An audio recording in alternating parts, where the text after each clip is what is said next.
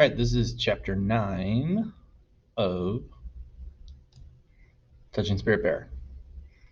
A constant rain and shrouded gray sky masked the passing of hours, leaving Cole in a cruel time warp with only one possible end. He tried not to think about the end, but he could not ignore the maddening pain from his wounds. As gusts of wind drove the chill deeper into his body, rain kept falling, penetrating his will, seeping into his consciousness, and flooding his soul. This rain fully intended to kill. As Cole weakened, he stared up at the giant spruce tree towering above him. Desperate tears welled up inside and squeezed past his eyelids. The wind gusted harder. What did it matter anymore if he died? Nobody else cared about him, so why should he care about himself? As Cole's gaze drifted among the branches of the tree, a small bird's nest, tucked into the fork of two branches, caught his attention. The nest rested near the trunk, protected from both the wind and the rain. As Cole watched, a small gray sparrow landed in the nest, twitched about with the flurry of activity, then flew off. Soon it returned again. Each time the sparrow returned, it carried a bug or a worm in its beak and busied itself over the nest. The visits brought faint chirping sounds. Cole squinted and made out little heads jutting above the nest. This was a mother bird feeding her young. Up there in a branch, barely spitting distance away, little sparrows rested dry and warm, having food brought to them in the comfort of a nest built by their mother. The sight of the baby birds irritated Cole. Without his injuries, he could easily have crawled up and knocked the nest down. That's what the stupid birds deserved. After feeding, the mother flitted to a branch near the nest. She ruffled her wings and chest feathers. Keeping an eye on her young, watching the bird made Cole curse every second of his miserable and haphazard life. If he were the mother bird, he would just leave the babies to fend for themselves. She didn't owe them anything. That's how Cole felt. He didn't owe anyone anything. Nobody had ever cared for him, so why should he care about anyone else? He wouldn't even be here on this island injured if it weren't for other people and their lame ideas. Nothing had been his fault. Cole's bitterness flickered to life once more. His anger helped to focus his thoughts, but it could not stop the frigid drizzle or the torturing pain that racked his body, nor could it ward off the loneliness.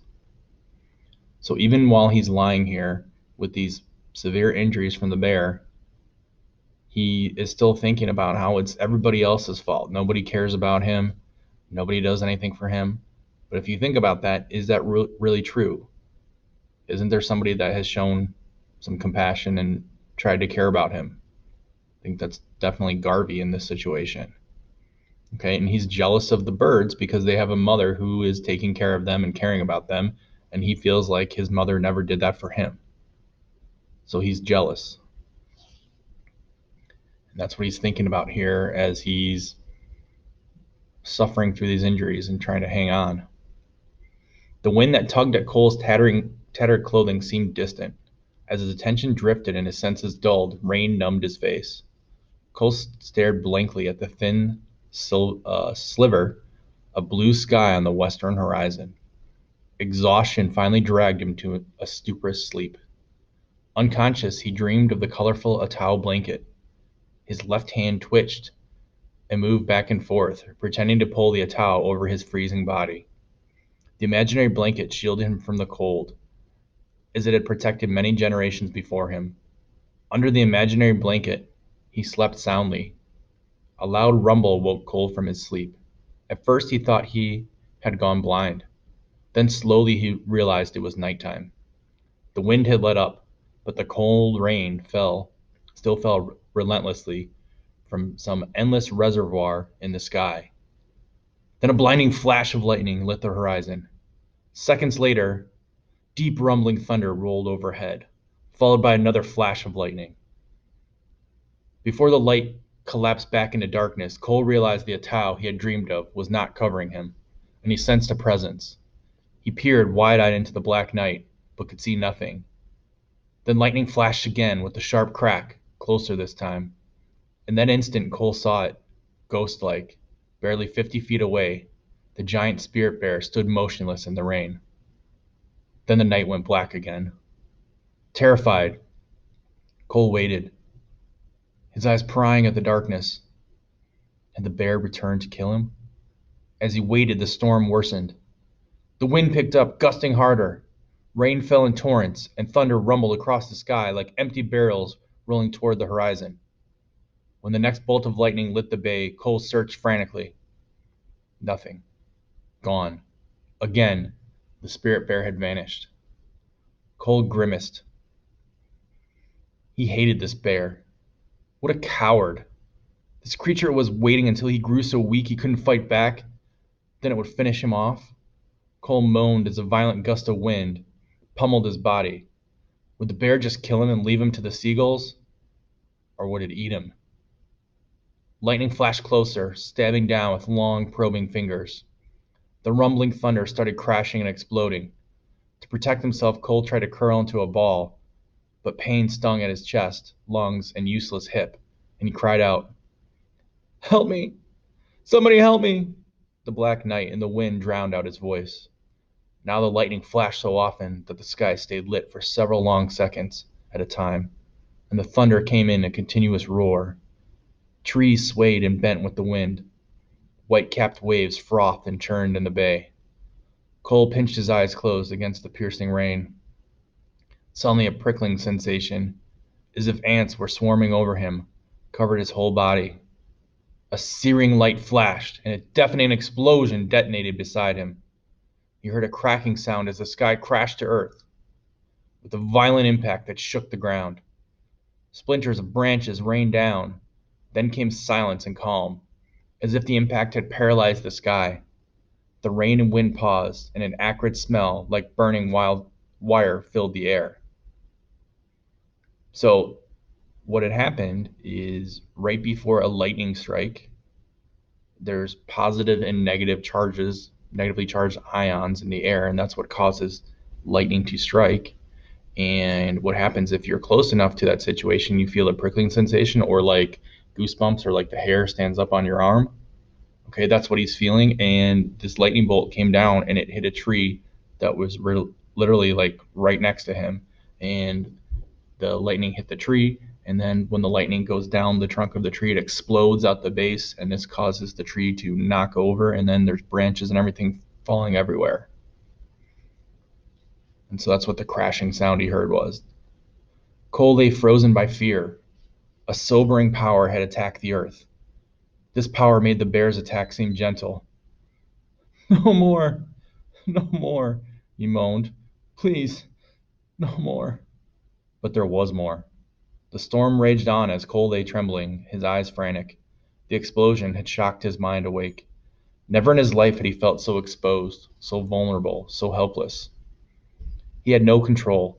To this storm he was as insignificant as a leaf. Cole blinked in stunned realization. He'd always been this weak.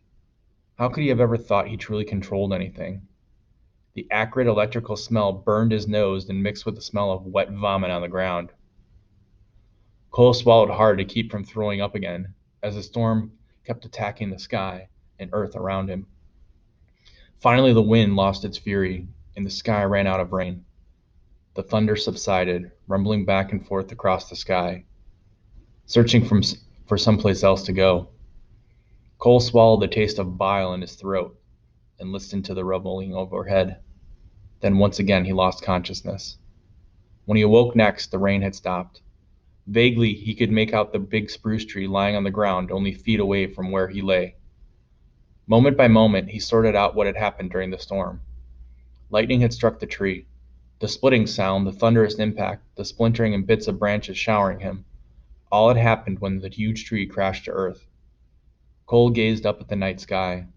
A bright full moon drifted ghost-like among the broken clouds. The tortured air had calmed, but still shifted back and forth. Cole felt desperately weak, fighting to survive. He could stay here a short while longer. Giving up, he could pass quickly over the edge. Which way did he want to go? He clenched his teeth against the pain and despair. Which way did he want to go? Cole focused his blurred vision on the full moon. It helped him to remain on this side. As he stared, he puzzled at the moon's shape. Something in that hazy shape held meaning. Edwin had said something about a circle. So had Garvey. What had they said? Cole could not remember, but he kept staring up. So right now, as he's laying here, staring at the moon, he's thinking in his head, do I keep fighting and hang on? Or do I just give in to the pain and give up and let myself pass? So he's debating right now, like, do I want to live or do I want to die? What am I going to do? Later, Cole flopped his head to the side. He could make out the bay and see moonlight reflecting against one shore. The shoreline faded into darkness in the shadow of the trees. Seeing no sign of the spirit bear, Cole returned his attention to the fallen tree beside him. That was when he remembered the baby sparrows.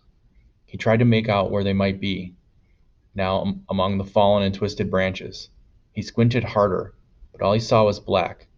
What was happening to the baby birds? Mustering all his strength, he raised his head, and with a weak and pinched voice, he called into the darkened branches. Are you okay?